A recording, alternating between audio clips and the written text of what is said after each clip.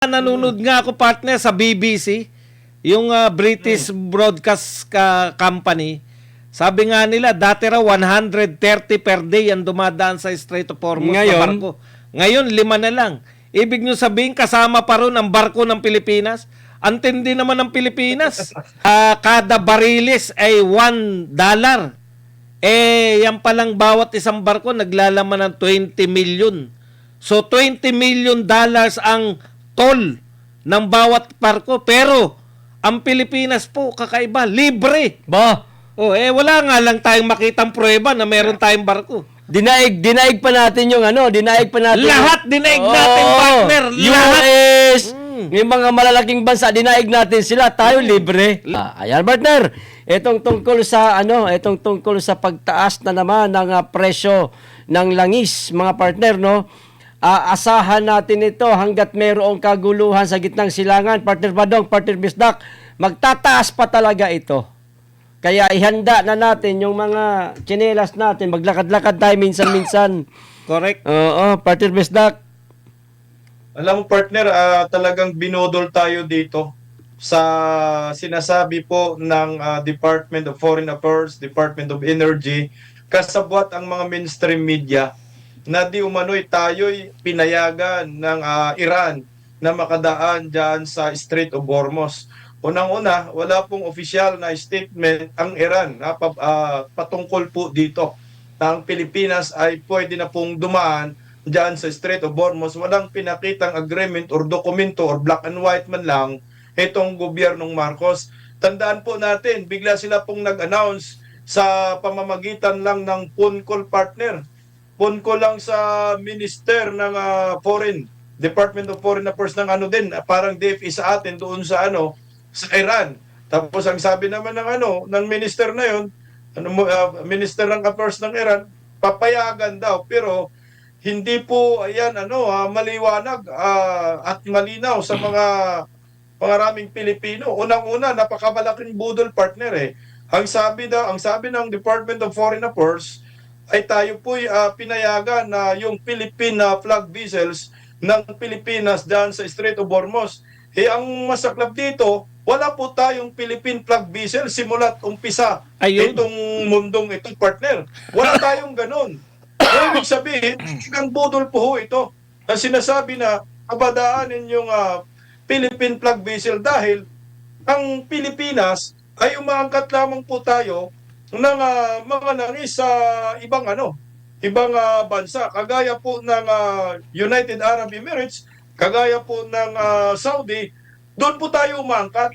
So ibig sabihin, yung langis na dumadaan sa Strait of Hormuz, gamit yung mga vessels, mga tanker, na nilalaman yung krudo, ay hindi po natin yung hindi po maituturing Philippine flag vessel. Dahil hindi po yan pagmamayari ng ating bansa, kundi pagmamayari yan ng bansang Saudi or kung anumang bansa na pinag-orderan natin ng langis. What for example, ito, bigyan natin ng senaryo. Ang sabi ng Department of Foreign Affairs, dadaan daw po ang Philippine flag vessels dyan sa Strait of Hormuz. May tuturi mo bang Philippine flag vessels? Kunyari yung barko ng Saudi dadaan sa Strait of Hormuz, sabihin na lang natin lahat ng langis na krudo sa karga ng barko na yan ay papuntang Pilipinas at ang mga crew nito ay mga Pinoy. Ito ba'y maituturing na Philippine flag vessels? Hindi po. Correct. Yan po ay Saudi. Pagmamayari ng Saudi. Ang tanong, padadaanin ba ang barko ng Saudi diyan sa Strait of Hormuz na yung langis, yung karga ay papuntang Pilipinas at ang mga crew dyan ay mga Pilipino? Ang sagot, hindi.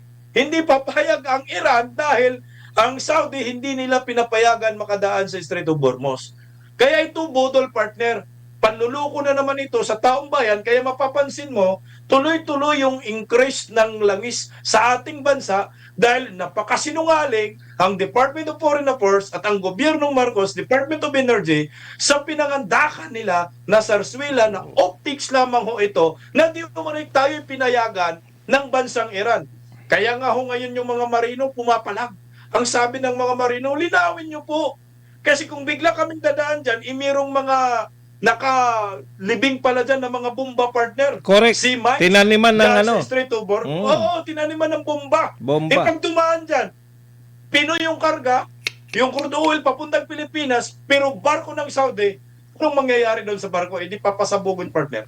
Sabi nga ni partner, sabi ni Eric Hercio, wala yan, budol yan. Matagal akong nagbarko international, wala tayong sariling tanker.